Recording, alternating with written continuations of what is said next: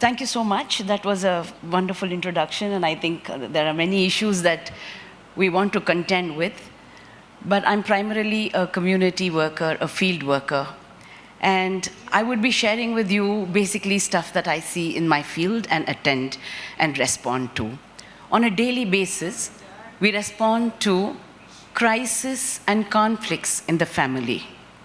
Today, we want to talk about family itself, which is in crisis.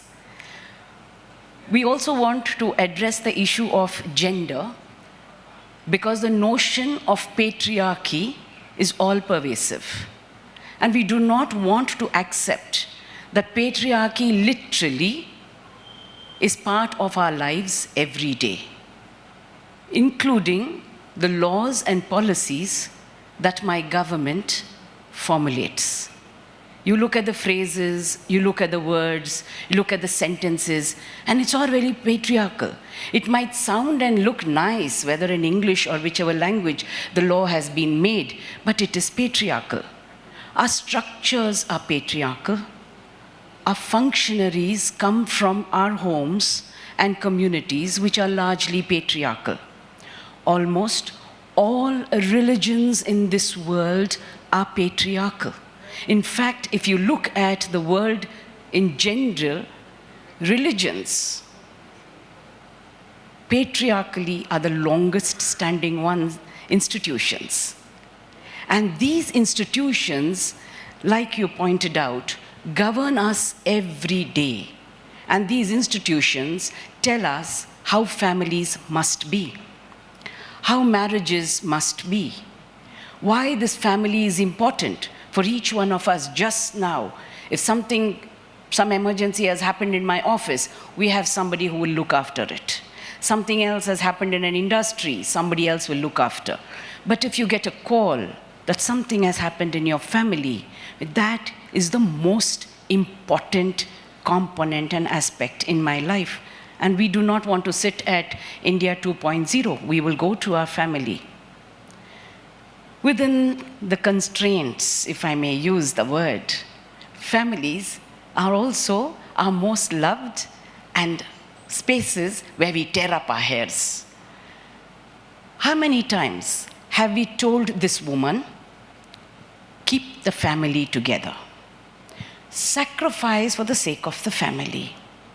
You need to give up. You have to change. All the language that is used, whether in our TV operas, all the storybooks, everything, it's a language where this woman is a Devi, an Apsara. And all these women must aspire to become that every day. You can't become on a Monday and a Sunday and be something else on other days. Every day. Within the constraints of marriage, families, and religion, we fail to address issues that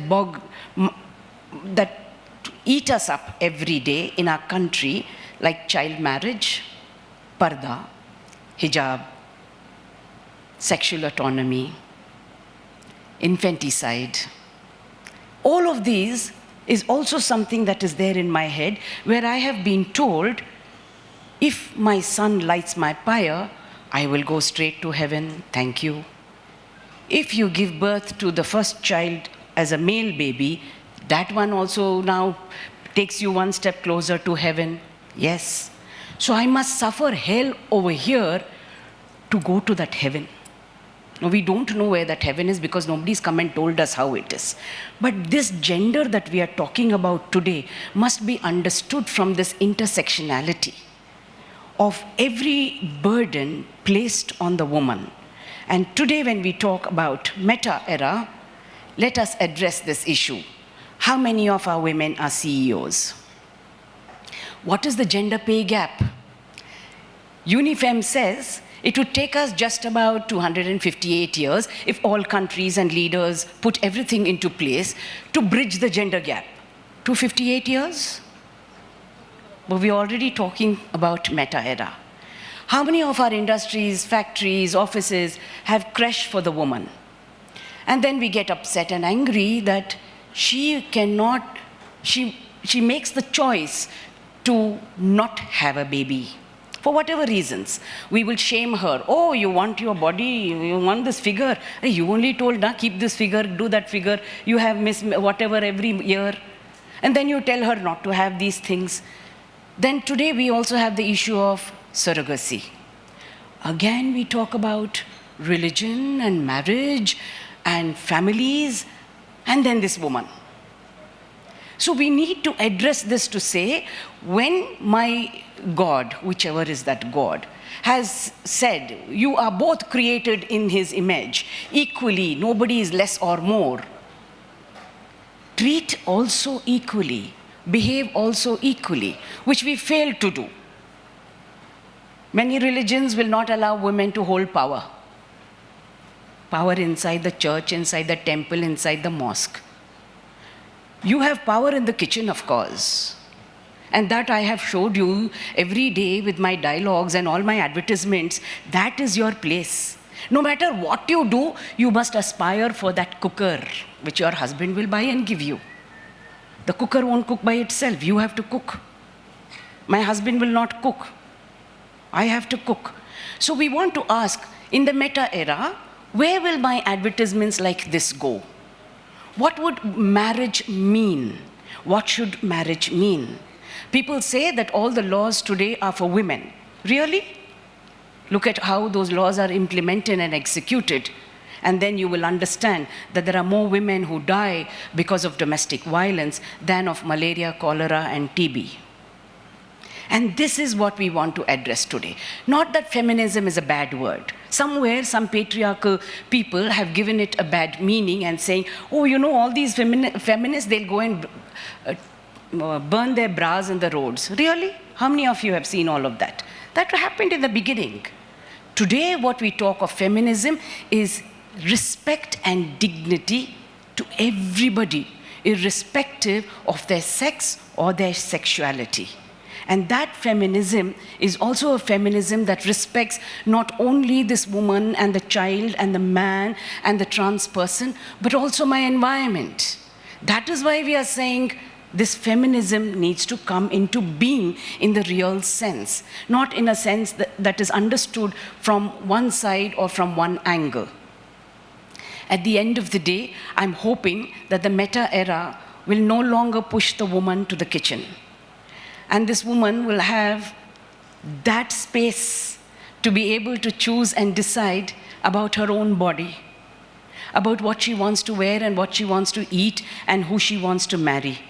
Because when we look at religions, family, marriage is controlled by this patriarchal mindset.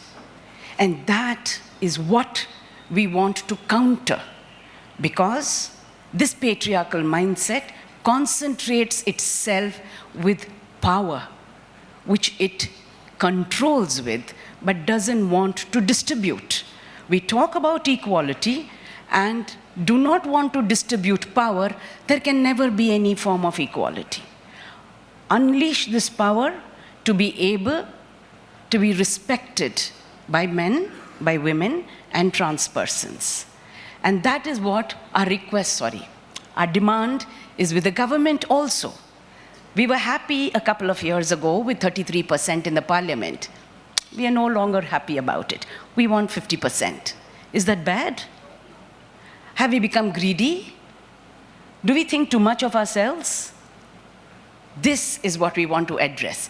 How can men sitting in positions of power, who've been patriarchal in their thought processes, education, interactions, even make policies for women?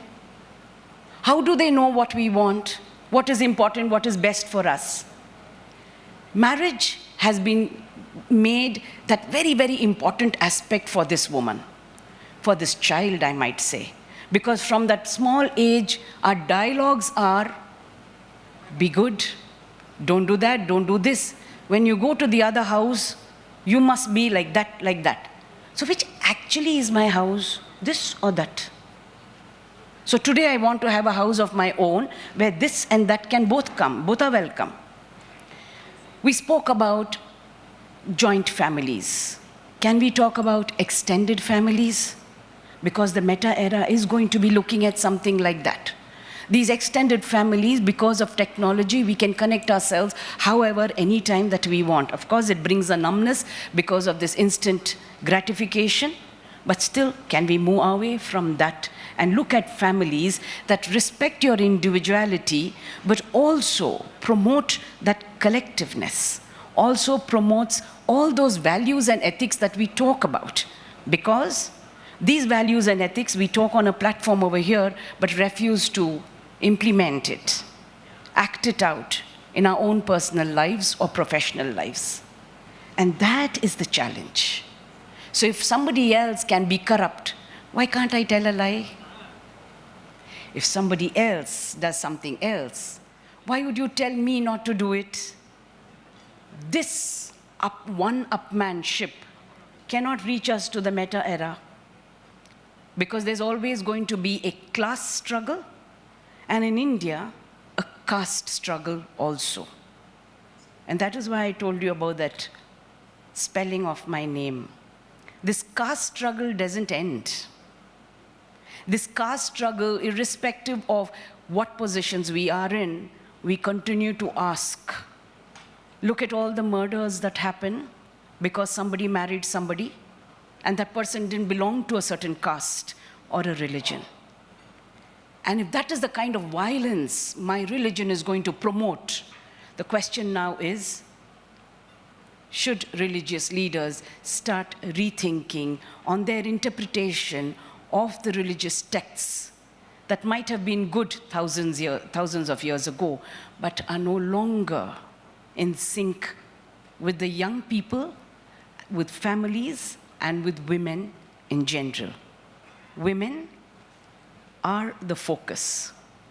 At the end of the day, I'm told that a sperm can be created in the lab, but a womb is still in the making. So you still need women. And that is the respect that we ask you to extend to women. It's not charity. Don't make us devis. We don't want to be apsaras. We don't all want to be mothers. Just this woman. If that woman can be respected for the various roles that she has to play, well and good, because then we will be teaching our men and our boys that we are all equal. Until then, we will continue to have these struggles again and again. And like Swamiji mentioned, and Mr. Praveen in the previous session, our education system needs to change completely. You can't simply do little changes here. Our new education policy doesn't have much to offer on those lines. And I hope that you will all campaign to make this education policy that is inclusive, that respects the rights of everybody and the choice of everyone. Thank you. Thank you, Brinda ji. What a treat it was.